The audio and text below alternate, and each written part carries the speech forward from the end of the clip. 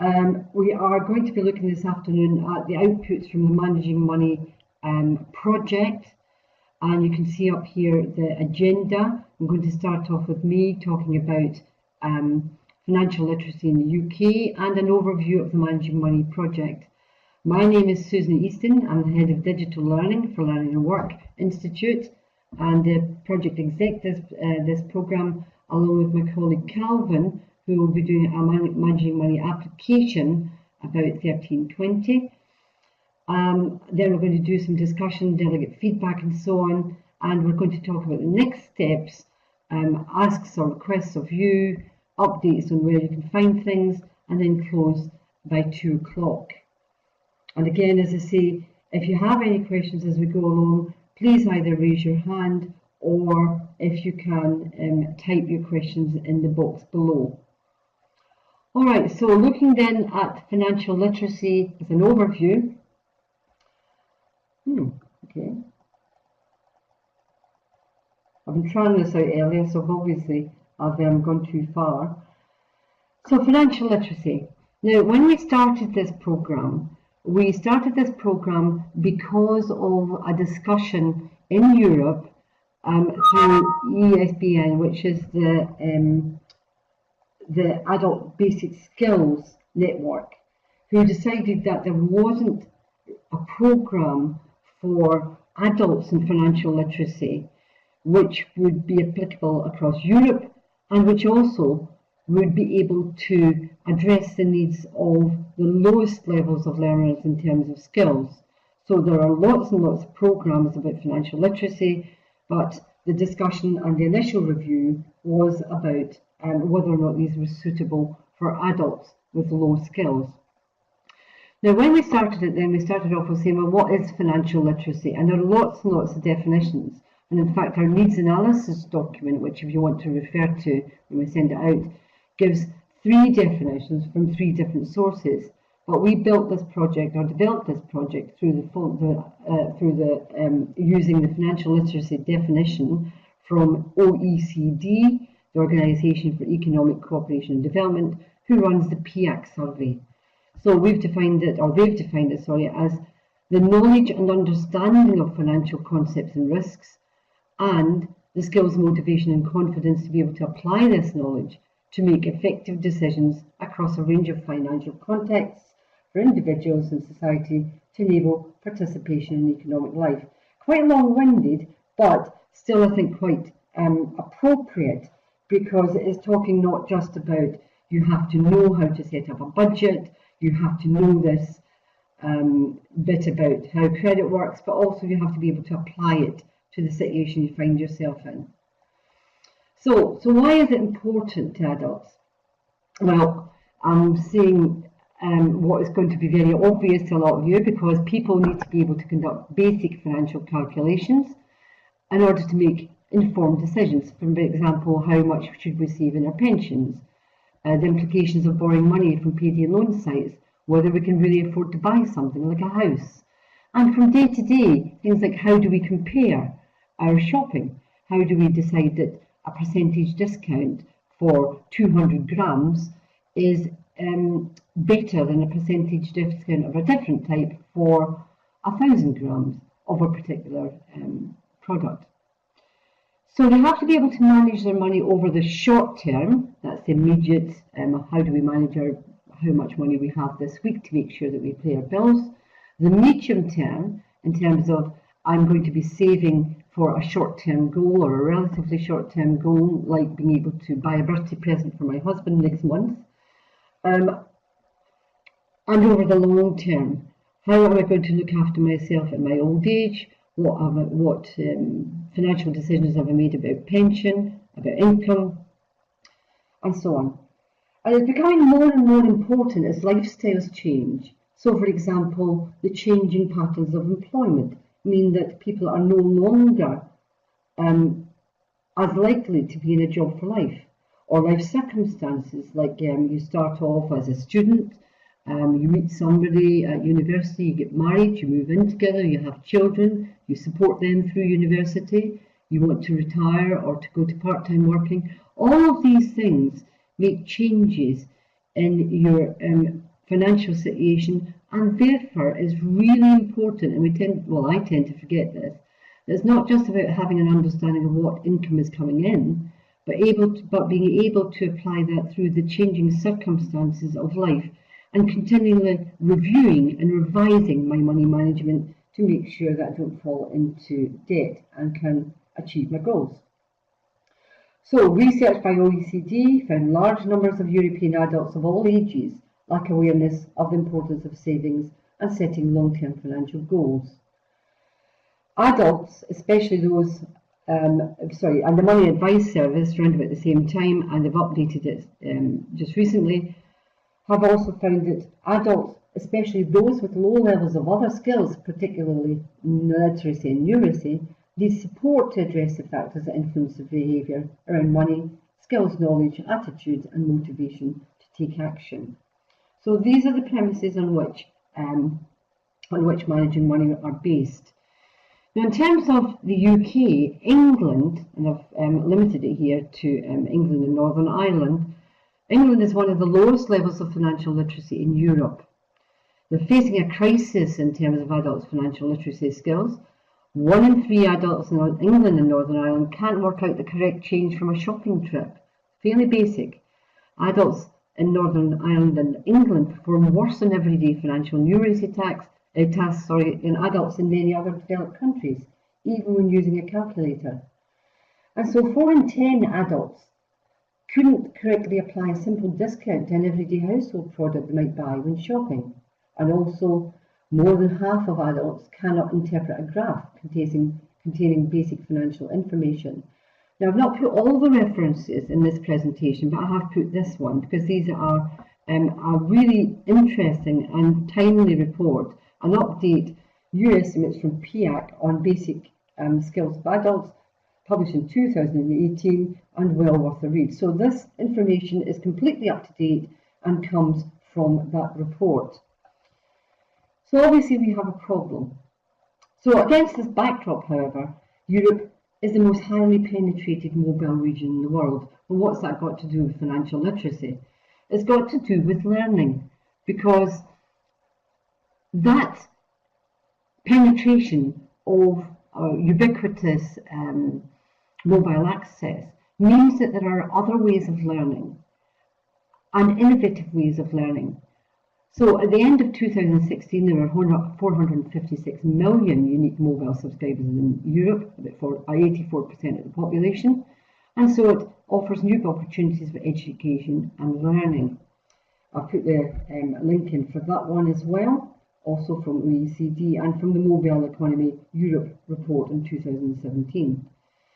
So therefore, what we tried to do, and what we aim to do, is to develop a non-accredited, I should say also an informal non-accredited financial literacy curriculum that would apply to 6 European countries. To do so, we adopted a life moments approach, which means then that it's looking at the applicability of financial capability across the whole life stretch.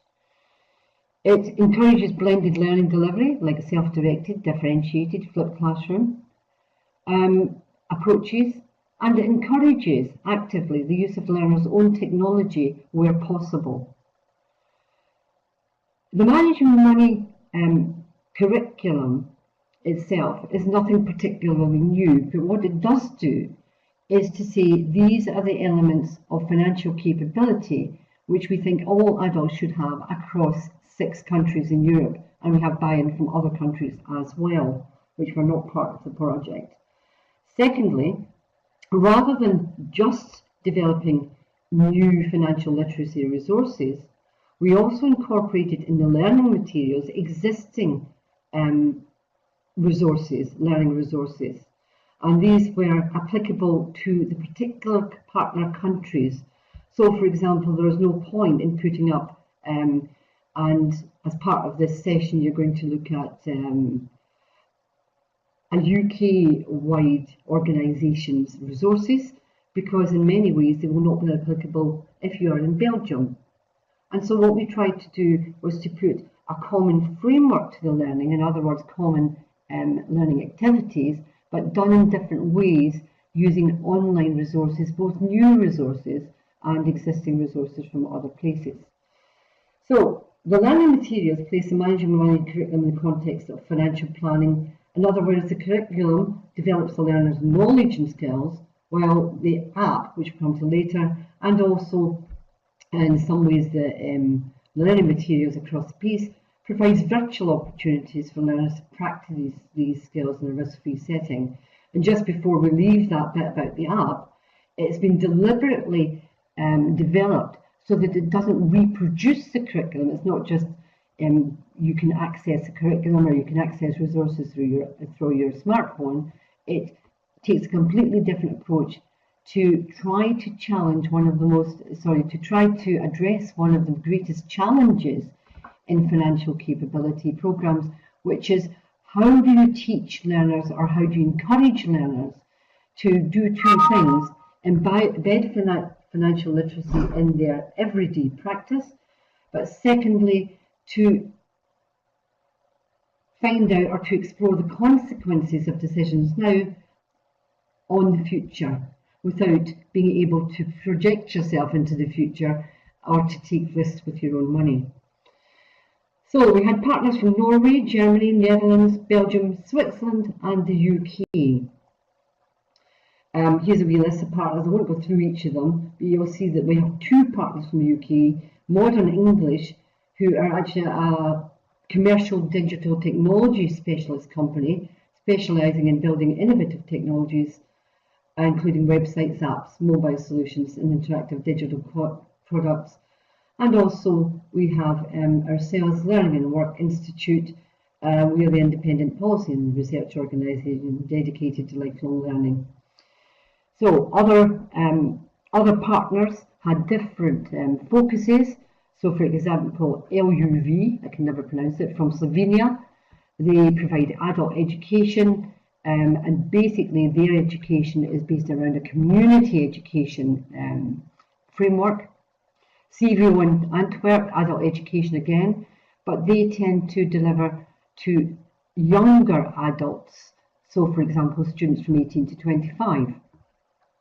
ROC West Brabant, again, they're a secondary vet, vocational education and training and adult education provider in the south of the Netherlands. And again, they do address the needs of people of all ages, the learning of people of all ages, but they have a large cohort of younger adults between 18 and 25. Skills in Norway is the Norwegian version of what used to be NIAS. It belongs to the Norwegian Ministry of Education and Research, and their focus is on lifelong learning. And the Swiss Federation is a national umbrella organisation for general and vocational adult learning, so addressing both skills for work and skills for life. The first thing that we did when we decided on our definition of financial literacy and where we were going, the approach we were going to take, was then to inform the project development by a needs analysis.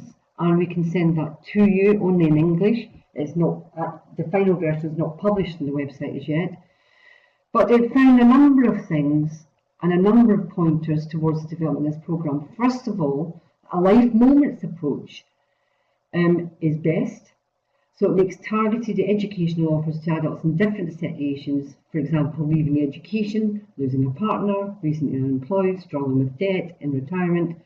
And these are all, I'm afraid, negative ones, but there are also, of course, positive life moments like winning the lottery or inheriting money or property. The second recommendation that they made was that the Manage Your Money project should develop practical short courses using authentic learning resources and cases that adults can relate to. Again, to be going back to what is available, there is an awful lot of resources and courses which are suitable for children and financial education of children and very young people, but there is relatively few for adults. So the need analysis also said made some more generic recommendations, of which this is only a very small summary. More preventative initiatives before the occurrence of death, And they found also that it didn't really matter where these occurrences were situated. They could be in existing programs, they could be offered as a reaction to individuals' particular circumstances. They could be supported learning or supported self-directed learning. But what was important in the offers was for all socio-economic groups and ages. The other thing they found was there was a great need for educational resources in other languages rather than English for use in adult classrooms and for different life moments.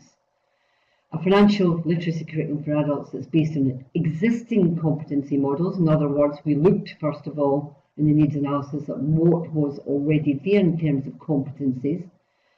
A curriculum based on life moments, which I mentioned. Modular curriculum learning opportunities so that they were ultimately flexible to be able to be delivered in different ways and different situations for numerous different target audiences, adult audiences in various contexts. Use openly licensed teaching material where possible and integrate technology, especially mobile applications. Now it's worthwhile saying there that from that we developed a programme, but also we took the lesson that open resources were useful because they can be repurposed. And so everything, all of the outputs from managing money, including the source code for the app, is published under a Creative Commons license, in the case of the learning materials, or open educational resource, in the case of the app and its source and images. That means then that in theory, anyone with a non-commercial who has a non-commercial purpose can take any of the outputs and change these, alter these to fit their own needs. So say, for example, when you come to that, you think, well, okay, that's all right, but I don't like these questions, I'd rather ask these questions. You're perfectly at liberty to develop that yourself in a different version under that non-commercial use license and publish that and use that openly, while recognising, obviously, the source. So, the needs analysis for 7 countries, I've put the link on this app. You can download that from there. It's currently undergoing translations into all of the different partner languages, so you will only at the moment see the English one, but the needs analysis is here. Managing Money curriculum itself, and I've put again the link down at the bottom of this presentation screen of this slide.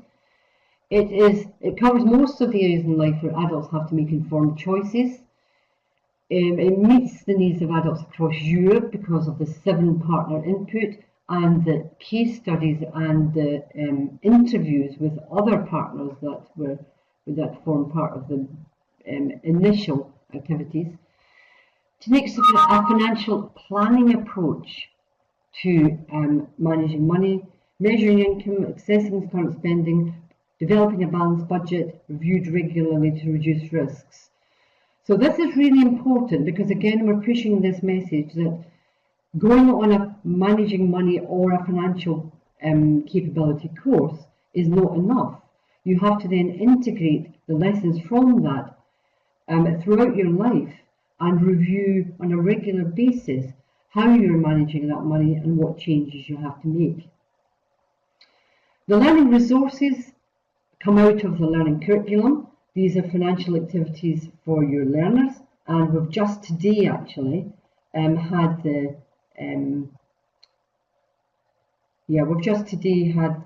resources in English published on the website, the Managing Money website. So I'll put that just now, that link to it, down on the questions for everyone box. So you can download those there. We're still doing work on this because the finalisation of the different translations is underway, and these haven't yet been translated, or sorry, the translations have not yet been published. And secondly, as well as the whole booklet, the Managing Money booklet on financial literacy resources and lessons, we've also disaggregated that booklet so that people can download the individual lessons and can download them in their own languages. So what kind of activities are there? I've just given a screenshot, which I hope you can see here. So there's an example of 4 ways to save your money, the activity in the classroom. And there's another one, what is online banking and how do you use it? So come back to this one. Every activity includes the skills addressed, a description for the tutor of how to implement the lesson or the session, the time needed to deliver the whole session, the resources you need, and what to take in account of as a teacher. But I must emphasise again that these are designed for ultimate flexibility so that the guidelines are not exhaustive. So if you decide then, okay, what I want to do is adopt a flipped classroom model, so I'm going to get my learners to do this on their smartphones, all the online activities before we meet in the classroom, and carry out discussion activities to test understanding. That's fine. Okay, so we just want to launch a wee discussion just now with 3 questions. How could you incorporate managing money into your financial literacy delivery? Would it be useful as formal and informal course, including an existing course? Would you be tempted to put it in a blended flipped classroom model, self-directed learning, just in time, or differentiated learning? And how would you use the managing money resources with your learners? So on the right hand of your screen, you will see discussion notes. And what I would like you to do is to, because there's too many people who are attending, to open up the microphone to everyone. It will get very, very confusing. But if you could just address your comments or type your comments into the discussion notes, that would be great. And if somebody wants to speak directly, if they want to just raise their hand, then Calvin can give you or turn back on the ability for you to be able to use your microphone. So, going back to, I don't know whether or not, oh, you've put them up, sorry. So, we have put the questions in individual boxes in the discussion, individual discussion boxes. So, how could you incorporate managing money into your financial literacy delivery? The top one. Would it be useful within varying forms of delivery? How would you use the managing money resources with your learners? And if you can type into these boxes, we'll look at this for about, let's say, 10 minutes and then do a quick review of what people have said.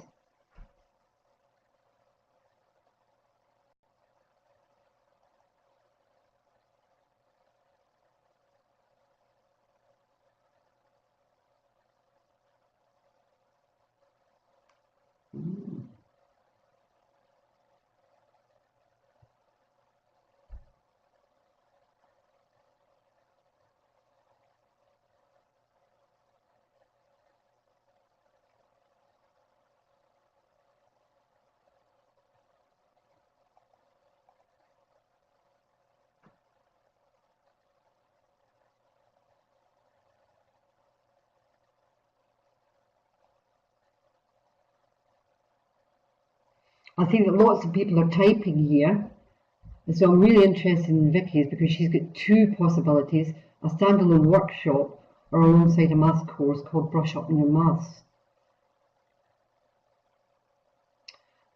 And that's really interesting, Kevin. So you're looking at, it could be useful in an existing formal course, I'm using the word formal in inverted commas, but in Excel, and you introduce a basic shopping list and then a house bills section. So you're thinking you could use the resources within that course.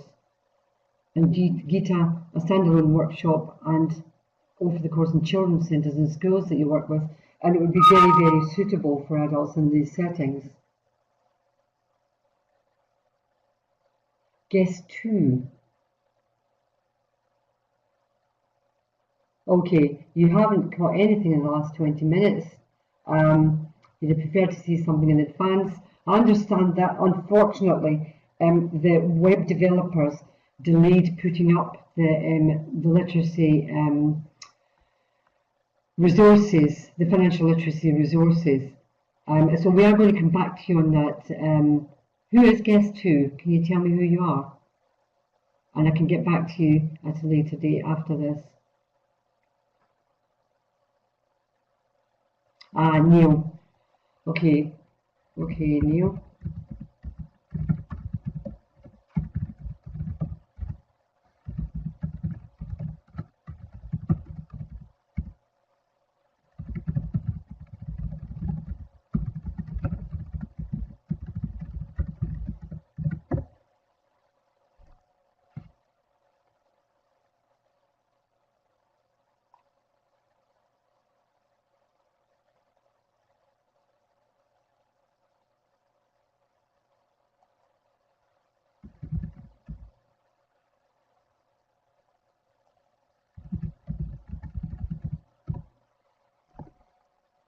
And I apologise to all of you, by the way, that these resources are so late to you. As I say, it's a bit of a technical problem, however.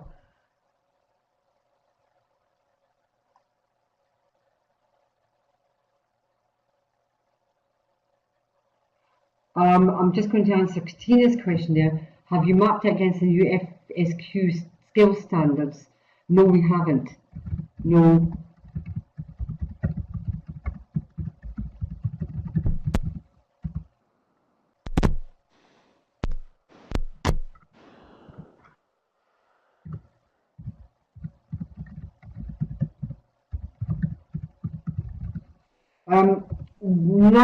We didn't look at mapping against skill standards, because if we'd done it in the UK, we would have had to have done it in all of the other European partner nations as well with their standards. I can, however, see the value of that. So this might be something that we look at actually before the project ends, so that we can, just for the UK, but as a separate strand. So a good point there, Katina. Susan, Janet has raised her hand to speak. I've given her microphone access. Okay. Speak, Janet. I'll just turn my...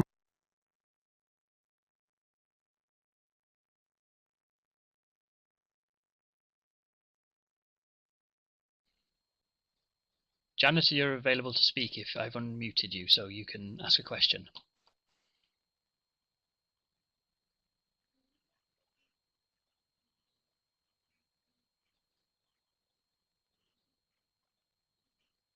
Nope. Okay, Susan, let's go back to speaking. I'll contact Janet directly. Okay. Janet, if you just message Calvin again, or put something in one of the boxes to say that you want to speak, then you've done it again, Janet. So did you see that one, Calvin? Janet raised her hand again. Yes.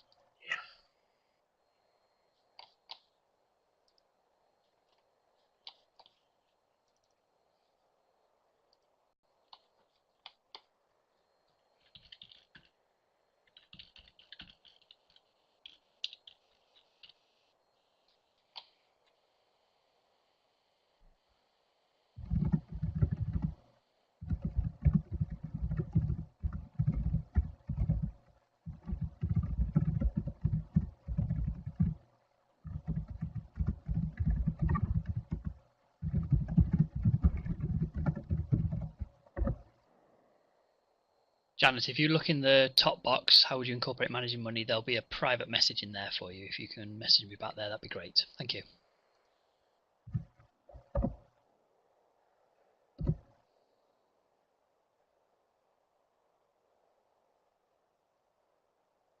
This is really interesting, actually. It's incredibly interesting how wide and various the settings and the contexts are that people are considering.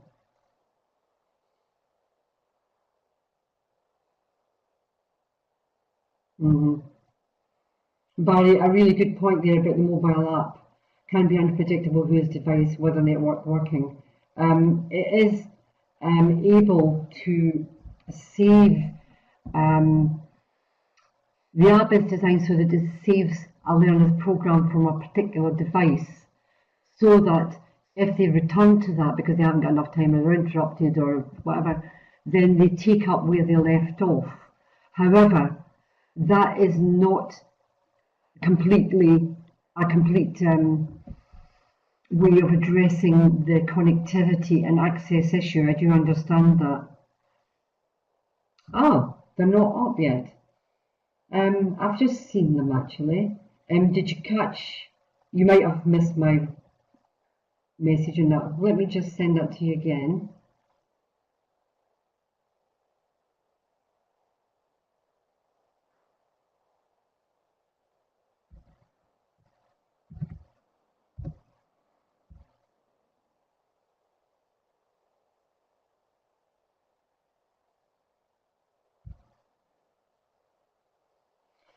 Yeah, Cara, you're absolutely right. Wi-Fi, most rural settings won't be able to use them, which is why whenever we develop an app generally with for learning work, we do one which can be downloaded and used and then syncs again when it's up. Unfortunately, the development budget for this particular project wasn't big enough to allow that, but I will be looking at that when this project nears an end, see if we can source that to be able to provide that version as well. So yes.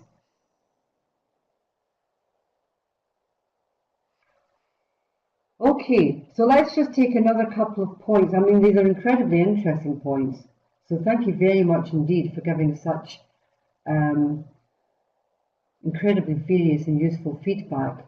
I think, Katina, that point about the mapping to existing standards is a good one, and I will maybe speak to you about that separately at a future date. Public health. Oh, really? Yeah, CAB and debt advice, we're making it available, and that's why, Katina, we've said particularly that the app is open source and customizable.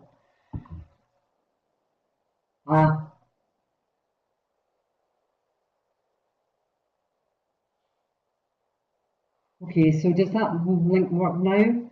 Sorry if I copied and pasted it wrongly before. Yeah.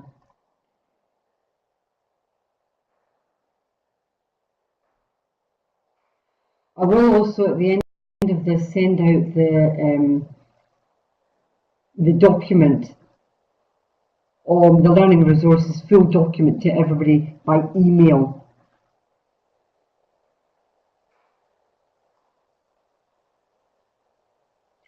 Okay, we've gone 4 minutes over just now, but we might want to leave that for one more minute, Calvin, until people finish off with the typing.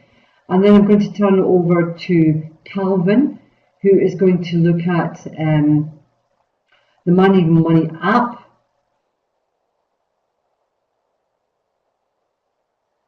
And go through a demonstration of it with you. So over to you then, Calvin, and I'll just turn off my microphone. Thank you, Susan. Thanks all for joining us. As I don't think Susan mentioned earlier, but the app itself is still very much in its beta stage. So today is really just to give you an idea and run you through what is available at the moment and have a chat with you and then potentially get some of your initial feedback. So I will just open up the app. What I will say is I won't be able to see the webinar pages while I'm running through the app. So if you have any questions, please feel free to drop them into the questions box down below. And then what I'll do once I've finished the demonstration is to try and answer some of those questions. I will ask Susan if there's any immediate questions that you can see that potentially could be answered on the spot. Please feel free to drop in and just ask me the question as I'm running through it. Thank you.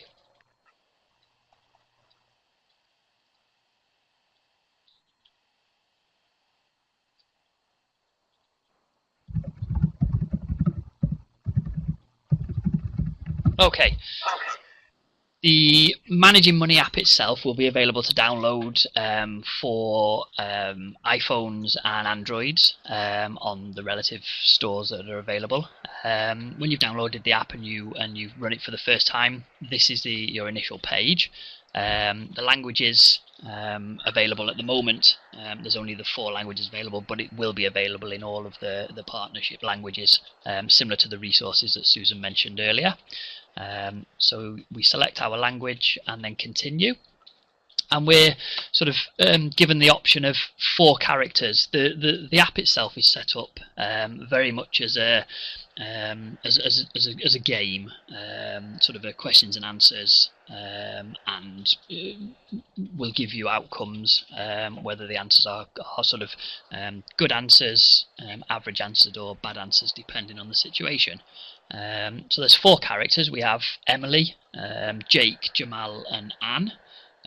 Each have their own demographics and each have their own goals as well of what they want to achieve in respect of their finances. So as you can see, Emily's 18 to 25.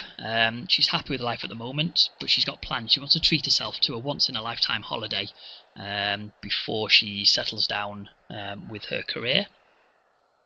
We then have Jake, who's 26 to 40-year-old male. He's got a young family, and he works in the city at the moment, but he wants to buy a house with a garden on the outskirts of town.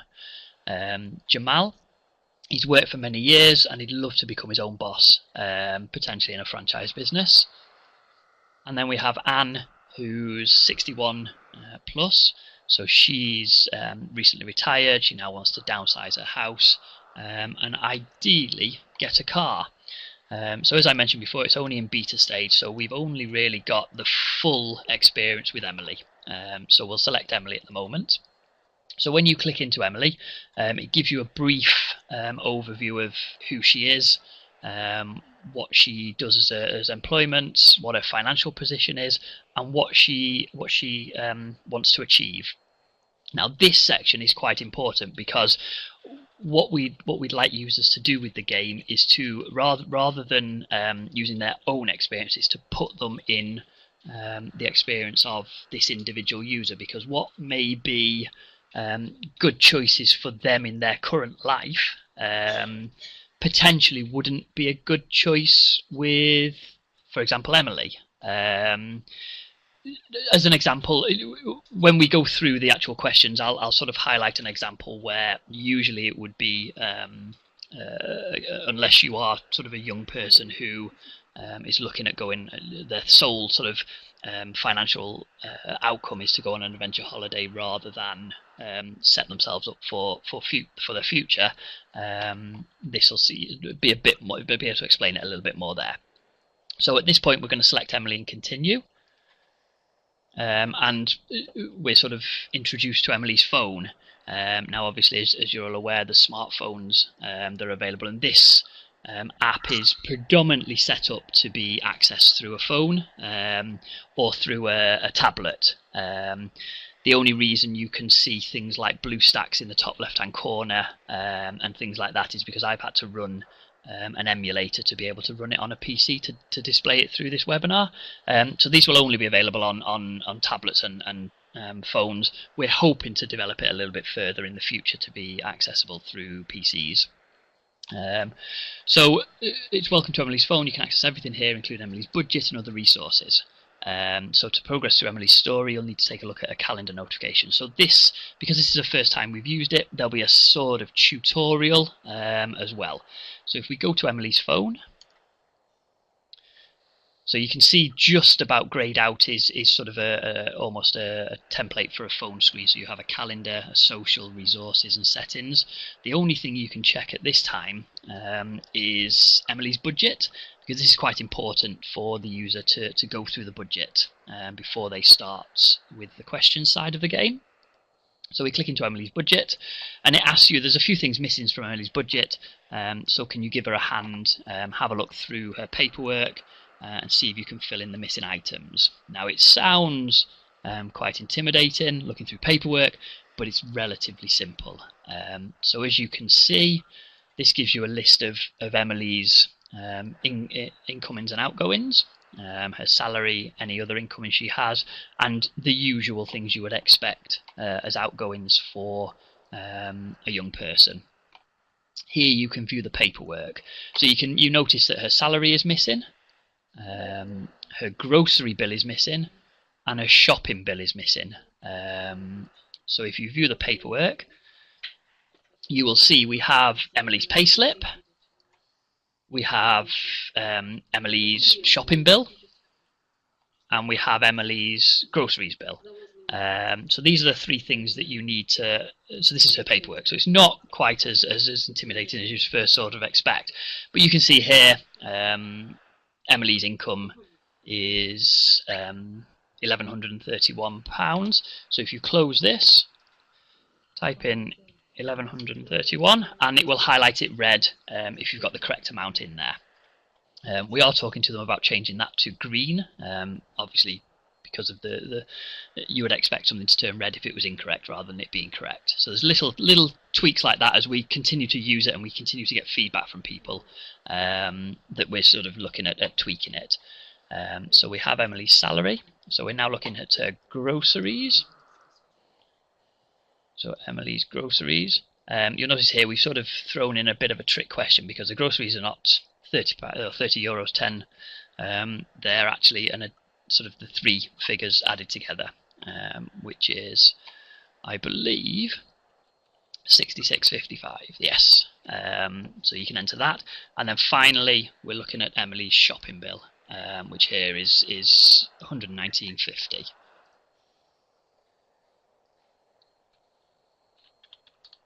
So once that's input, this continue box down here is available throughout, but it's greyed out and you can't click until you've actually input all three figures. So that's Emily's budget set up, and now we move on to the next stage, which will be the questions. So we need to jump onto Emily's calendar to start the game. So control Emily's spending. So again, the users need to take into account that they're putting themselves in Emily's position. So Emily, all Emily's interested in is going on her dream holiday at this stage in her life. So you need to answer some questions and maintain a healthy budget throughout the year.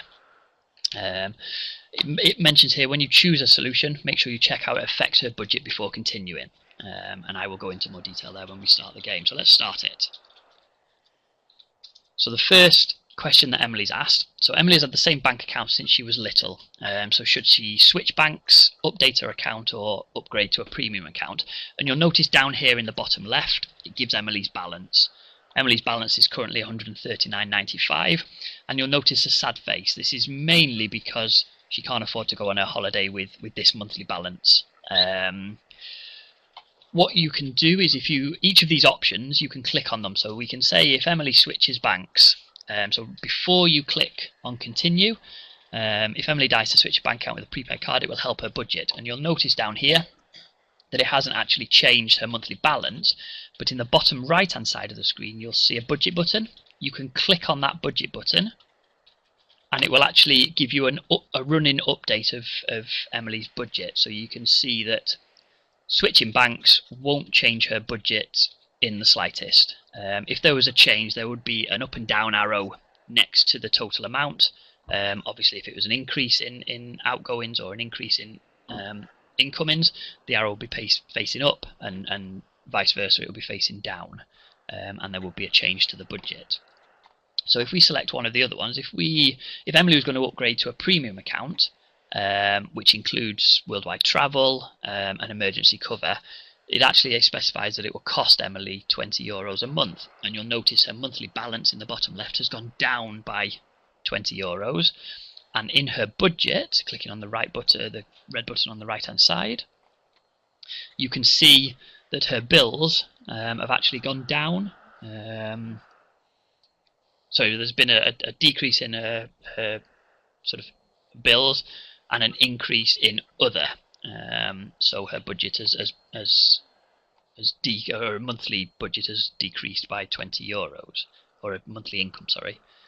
So if we go back, if Emily was to update her account, she'd get a better interest rates.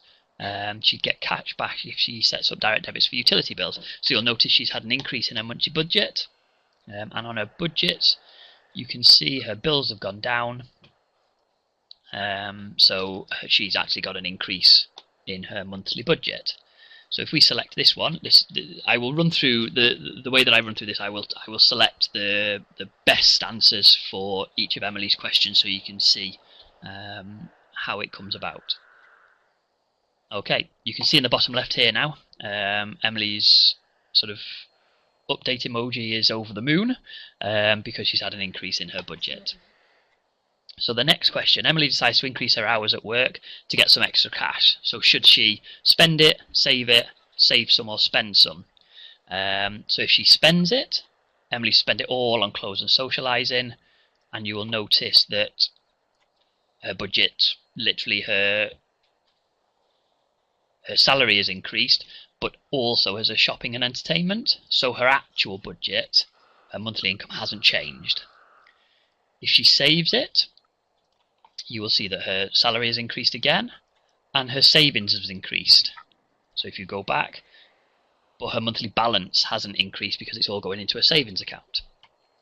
And if she saves some and spends some, again you will see her salary increases, her entertainment increases, or her outgoings increase, but also does some of her savings. So again, her monthly balance doesn't increase. So this one shouldn't really matter what Emily does with it, but the best answer would be to save it, because in Emily's life at this time, she wants to save as much money as possible to be able to afford her holiday. So she should save it all. Third question, Emily has always used the same supermarket, but her local branch has been replaced by a new upmarket or more expensive store. So she can switch to online shopping, she can switch to a new supermarket, or she can switch to the new supermarket, or she can change her supermarket to a more budget supermarket. So again, if she switches online, it would actually mean paying for delivery, so her balance would reduce, and you can see that on the budget again. Switch to a new supermarket, or switch to the new supermarket would increase her monthly grocery bill, so obviously her monthly balance decreases quite a lot, and that's shown again on the budget. But if she changes to shop at a budget supermarket, it would require taking a bus for Emily, but the groceries would be cheaper, and overall it's an increase to her monthly balance. So that's the best answer to answer. And what you'll see after, there's 3 sets of 3 questions. There's 9 questions in total. After every 3 questions, there's an update screen. So it's telling you, great choices, you're doing really well, keep it up. At this stage, if you had made some average or bad choices, what would happen is some relevant resources would be shown to enable you. I don't know, if you'd have made if you'd have spent all the money rather than saved it, it would give you some resources to do with how to set up savings accounts, what the benefits of saving is, all that sort of thing, taken from the resources. If we've got time, I will jump into one of the other characters and show you exactly what happens there. So check your calendar for more. Progress is saved. Check your calendar for more. So if we go to the home, you'll notice that you now have access to everything. So the budget is what we've already done. The resources is just a database of all the resources that the Managing Money project has collected. Settings are just settings for this particular game, so you can reset, you can save, you can start a new character, things like that. And then there's social, which is the original social page we saw, but the latest update you'll see has changed, just to give it a little bit of sort of mobile phone social media elements, and this is updated after every 3 questions, just to give it a bit of interaction. But we need to move on to the calendar to continue the game, and you'll see with the number 6 in the top right hand corner, there's 6 questions left. What we've also incorporated here is some I suppose things that happen generally that we have no control over. So you'll notice here Emily's washing machine has broken down, but her landlord quickly replaces it, means she doesn't have to pay extra to get her laundry done. So there's not a negative impact. This one unfortunately has a negative impact on Emily's budget, because Emily starts dating someone, which is not usually negative, but you'll notice that obviously all those romantic dinners means Emily's entertainment costs have increased on a monthly basis. So there's actually a negative impact there. And unfortunately another negative impact. These are quite random month on month. So Emily's flatmate loses her job, and Emily decides to help Rosie with some of her share of the rent. So if we continue now, you'll notice that Emily's monthly balance has taken quite a hit with all those evening meals out and helping her friend with the rent. So we need to try and bring it back on track now. So Emily usually takes the train to work. It's quick and convenient, but the fare has increased. So if she continues to take the train, again her monthly balance takes a big hit, and it's shown on her budget on the red button on the right hand side. She could take the bus. So she could take the bus instead of the train. It would be cheaper, but it takes longer. So you'll see there's a slight increase to her monthly balance. But if she decides to cycle to work, she could cycle to work for free. The spaces store the bike securely where she works, and there's a greater increase to her monthly balance. So given sort of Emily's life decisions at this particular time, she wants to save as much money as possible to go on holiday. She'll cycle to work.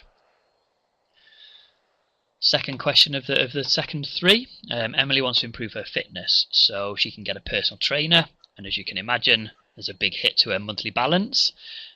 She could join a gym, which again hits her monthly balance, but not quite as much as a personal trainer. And finally, she can go running in the park for free. So again, that is the best option for Emily at this time, as she wants to save as much money as possible. So we jump Emily into running into the park. And the final question of this section, Emily's mobile phone contract comes to an end. Should she upgrade to a better phone, upgrade to a similar phone, or change to a SIM only? And as you'd expected, upgrading to a better phone has a hit on her monthly balance. Upgrading to a similar phone, her balance doesn't change. She's paying exactly the same. But if she changes to a SIM only, she has an increase in her monthly balance. So at this particular point in Emily's life, to go on that holiday, she needs to save as much money as possible. She's going to change to a SIM only. Again, great choices. You're doing really well. Soon Emily will be going on her dream holiday. And you'll notice it's actually changed to summer now, because obviously you're playing almost a year in the life of an individual. So you'll see that it changes through the summer, autumn and winter, I believe. So again, progress has been saved. Check your calendar for more. So again, you'll see here, and we have the social message, which is just a latest update. She's feeling sick, so if you're not going out tonight, she'll be able to save some more money.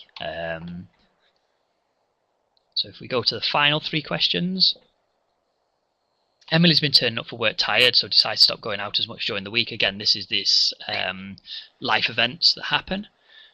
So as you'll see, she's stopped going out as much during the week, so she's been able to save some more. So that's a positive impact on her budget. Emily goes on a health kick and decides to eat better, which is great. Unfortunately, it increases the cost of her groceries, so it has a negative effect on her budget. And finally, Emily decides to cancel her subscriptions to film and TV streaming services, so again, a positive impact on her budget. So we continue with the next three questions. Emily's landlord has decided to increase her rent, so she could pay the rent increase, move closer to work, or move further away from work. And as you'd expect, paying the rent increases has an impact on her monthly balance. If she moves closer to work, again, her travel costs will remain the same, but the commute would take less time, but it's a more expensive property. Excuse me. So as you would expect, her monthly balance decreases. If she moves further away from work, it will be a cheaper property and the commute will be longer, but the travel costs again would remain the same. So she increases her monthly balance. So we'll choose that one again for Emily. Now this is a question that I mentioned before might not be the most logical answer. So Emily's employer set up a pension scheme, so she can opt out. She can pay the minimum 3% as we all do, or she can pay an additional 2% in, and as you'd expect, opt out has no effect on her monthly balance. The minimum amount pays in actually has a negative impact, and to pay the additional 2% actually means she'll be paying 5%, has a bigger impact on her monthly balance. So you would normally expect to opt out of paying any of her salary into a pension, and if you check Emily's budget, there's no change to her budget with this option. If she pays the minimum 3%, her budget salary goes down, but her investment and pensions increase. So you would expect Emily's greatest option to be an opt-out option if she's looking at saving as much money as possible. But at the moment, it's actually set to pay the minimum 3%. This will be changed. So I'm going to accept the pay the minimum 3% just to show you the outcome of the correct answer. So the final question, the amp for Emily's bass guitar broke, so should she buy a second-hand amp, use a credit card or use a payday loan? And again, as you would expect, using a payday loan has a negative impact on her monthly balance. Using a credit card has a negative impact, but buying a second-hand amp, she uses the money she budgets for entertainment each month to buy a second-hand amp, so she doesn't actually jump into the monthly balance to use this. So we'll select this one. So great choices, you're doing really well, keep it up. Soon Emily will go on her dream holiday. Again, progress saved, check your calendar for more. So if you click on the home button now, and her social message, there isn't a social message. So the calendar, there we go, because the final screen, you've answered the 9 questions. So you managed Emily's budget well, and she's in a great financial position. She's now off to South America. So at this stage, you've helped Emily make the right decisions. Why not try another character? Again, if you had made some incorrect or not so good choices during that, there would be resources available here for you to access and learn a little bit more about savings, about mortgages, about pensions, depending on which of the characters you've chosen at that time. I think we're running quite far behind, so I'm not going to have a chance to run through any more. But what I will say is the full version of the app is due to be released. We're expecting at least the first week of July, or to be available in the first week of July. I've got all your emails now, so what I'd like to do is email you all the link to the download when it's available. And obviously you can all jump on and play about with it and test it yourself, if that's okay. But it looks like that's me done, Susan. Okay. Thank you very much.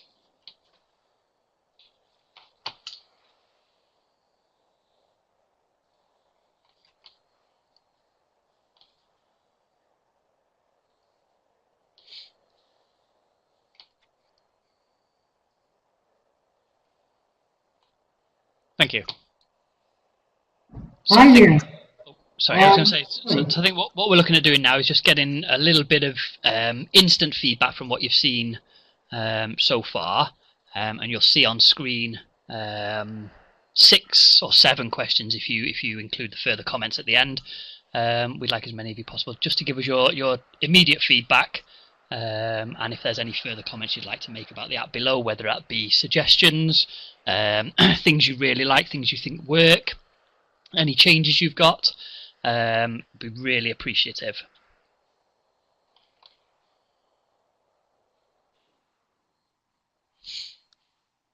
And I'm just looking now at some of the questions. Kevin, with regards to the Euros, we understand that. It was initially set up, obviously, with 7 European partners. We're looking at them changing that to not have a currency at all, just to have numbers, exactly for the reason that you say.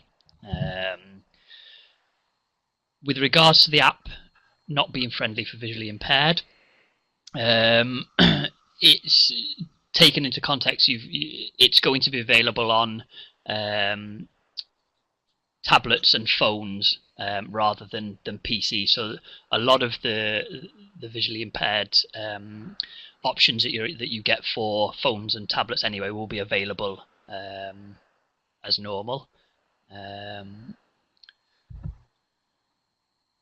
Your next question, maybe your explanation a bit confusing for simple finance. Maybe. I mean, as I mentioned before, it's still in development. It's still in its beta stage. So it's a little bit sort of, I need to flick between quite a few things, and it doesn't work as it should work on a computer with me having to unfortunately use a piece of third-party software to make it run, because it's only available on is it iOS and Android. But I like your last comment, thank you. I think to some answers in further comments. No, there's no charge for buying the app. It'll be completely free forever. And I think that's about it. I think someone else is typing for a question.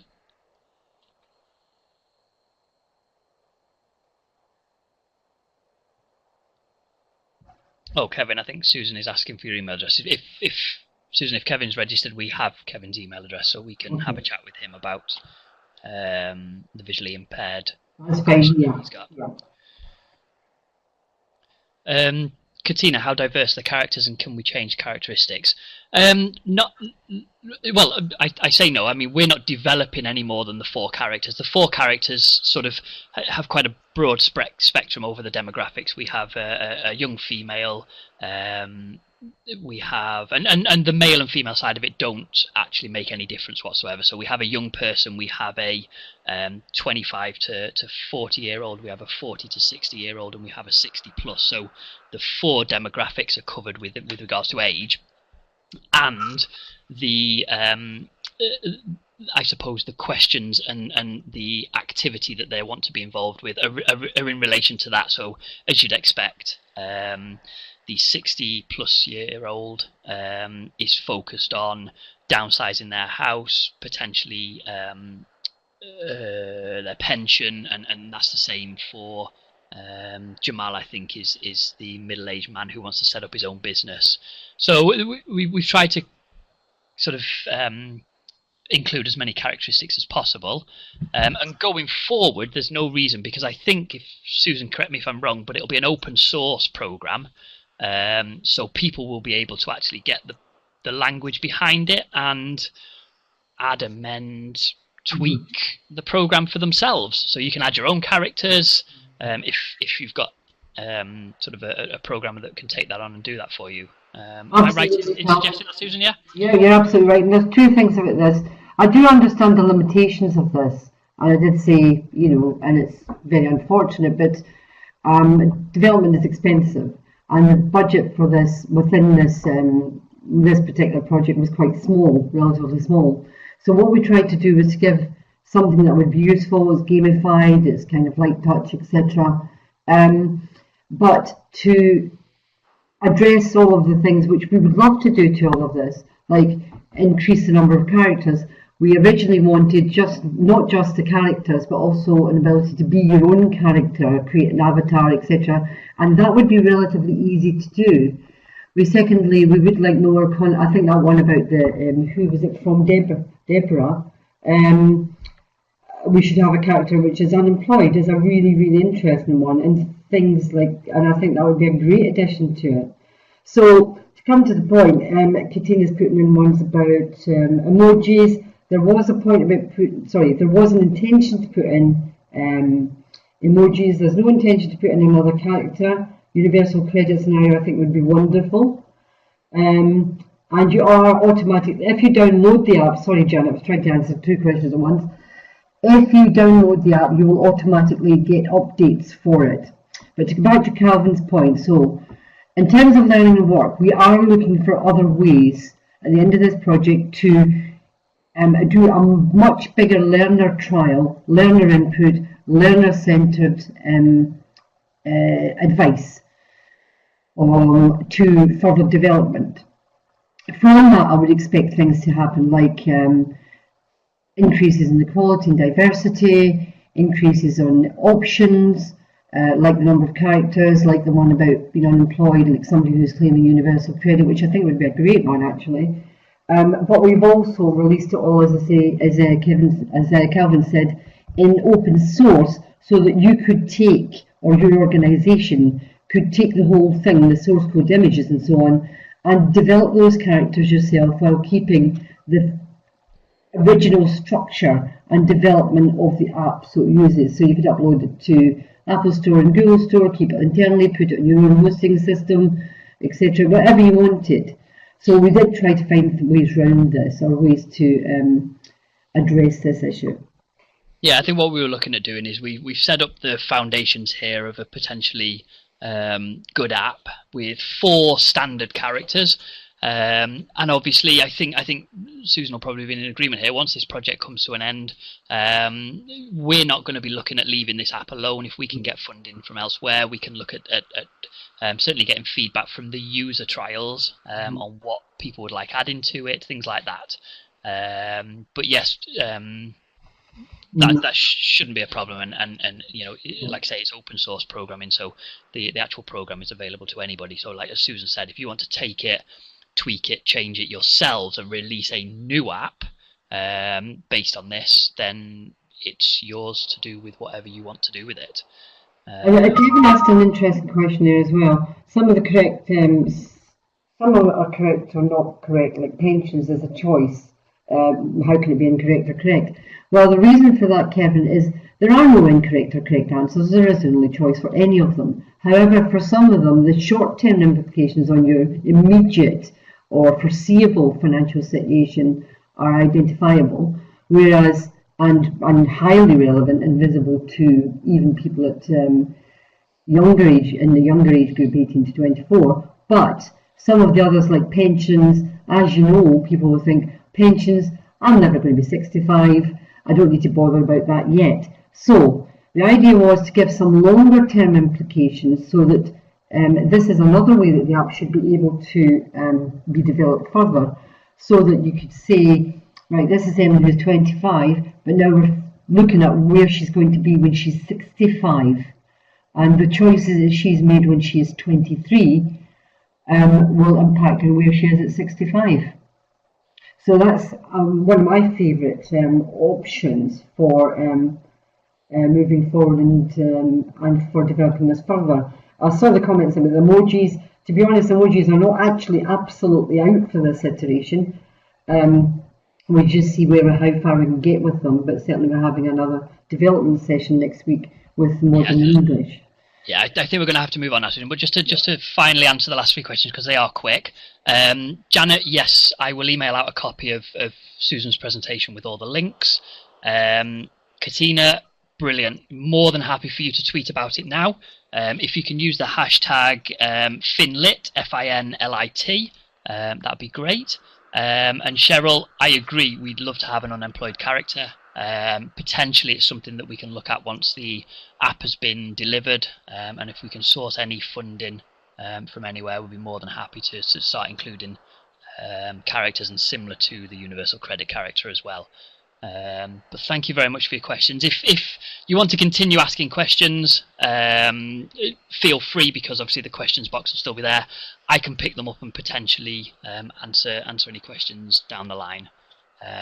But if we can move on to sort of next steps now, Susan, that'd be great. Okay, I'm going to really breeze through this really swiftly. Well, 0-hour contract with uncertain income is a good one, actually, Robert.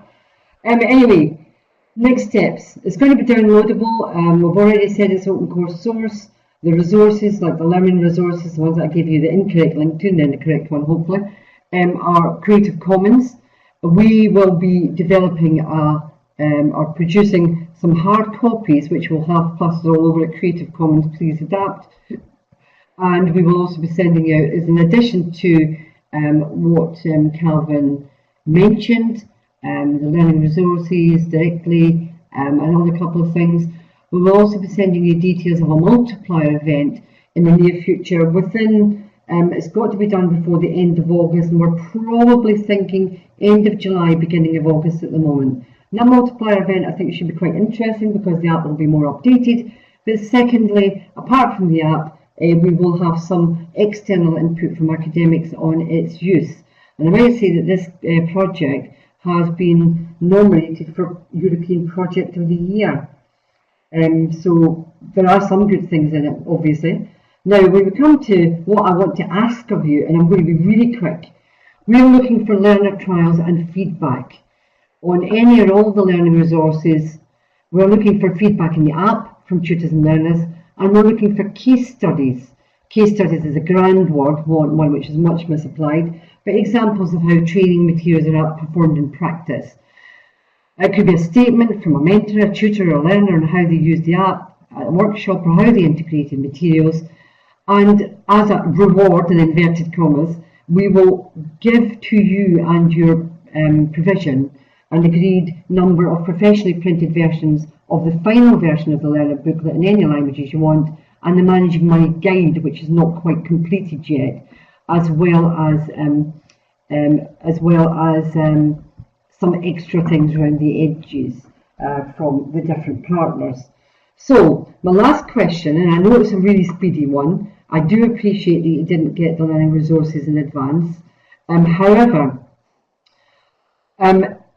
if you would like or are interested or would possibly be interested in doing any of these things for and with us, can you please put your name at the, just put that into the bottom questions.